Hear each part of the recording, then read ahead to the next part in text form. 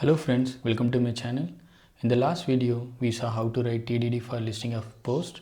In this video, we will see how to use HTTP client and how to write test cases. First, I will go to post controller. Here we can remove this one because we are not going to get the data from the database. We'll go to Laravel documentation. In the HTTP client page, if you come a little bit down, they have given how to use HTTP. They have given number of HTTP verbs. In this example, we are going to use get method. We'll do the same thing in here. I'll remove this one and I will import HTTP client and then using get method. For external API, I'm going to use JSON placeholder and limiting the post to 10. And just copy this link and paste it in here. To get the JSON response, I just add JSON method. If you want to know what are all the methods available, we can move a little bit down here. Here number of methods are available. Now if we go to post test, here we don't need this one and this asset also we can remove. First we will dump what is the response we are getting from there. I'm running the test. Here we are getting 10 posts starting from 0 to 9. So this is working fine. Actually in the real time, we should not make multiple network calls to external API because when we push the code to Travis or else GitHub workflow, it will take more time to process the test. So what usually we will do, we will write single test for external APIs and the remaining things we can mock it. So here we are going to mock the HTTP response. If we go again to Laravel documentation and in the testing section, we can see they have mocked GitHub and google.com. The same thing we can use it here. I'm importing HTTP and I'm faking the response. In here we have to add the URL. In our case, JSON placeholder is our URL. We'll take this endpoint and paste it in here, and after that whatever comes it will return the HTTP fake response. So HTTP response, in this first one will be the response body and the next parameter will be the status, here 200. Okay, the third will be headers, but we don't need here. In the response, I will add two response. Here I will add ID 1, title, first title, and body, first body. Okay, the same thing I'll copy and paste it in the second array. I'll just change it to second. Okay, now when we run the test, we should get the fake response. We'll run it now. It is passing. Look at here, we are getting two response, that is the faked one. This is really nice. Before we were using Guzzle HTTP.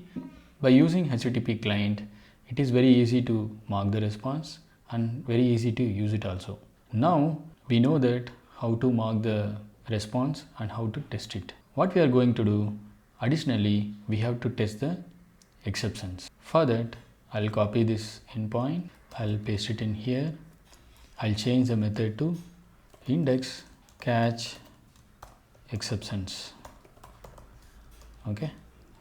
Here, instead of asserting 200, I'm going to assert 500. So I can give a response server error 500, and in the fake response also I'm giving 500. Instead of this response, I'll change everything and just I'll give the message as server error. Okay, I save this one. Now since we are passing 500, we need to throw the exception and we need to catch the exceptions. I'll just cut and we can put it in the try catch, paste that URL. Okay, and in the exception, change it to exceptions, and this one, when we catch the exceptions, we can return the exception error. First will be the message. Here get message, and in the status I'll use get code. Okay, here semicolon is there, and we have added. Now we can run the test. we are getting failed asserting that 500 is identical to 200. Here we are catching the exception, but we are not throwing the exception, correct? What you will do, you can throw based on the response from the XML API.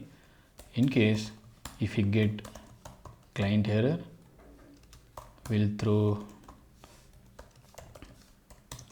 exception as client error and message as 400. So in case of server error, copy this one and paste it. I'll change it to server error and status code will be 500. And now if I run the test, it is passing and the response is client error. And one more thing, everything we have done, we have tested 200 status code with the fake response and we have tested the exception as well. When we come here, we have added client error and server error. If you go to the documentation, we can use throw method as well. We can remove these things if conditions, okay. Instead of this one, directly we can add throw, okay. If you want to know what throw is doing, we'll get into that. Here it is checking whether it is failed. It is checking both client error and server error. So we don't need to write externally client error or server error. So this throw method already handles it. Now if you run the test, it should pass. It is passing and status code is 500 and message is server error.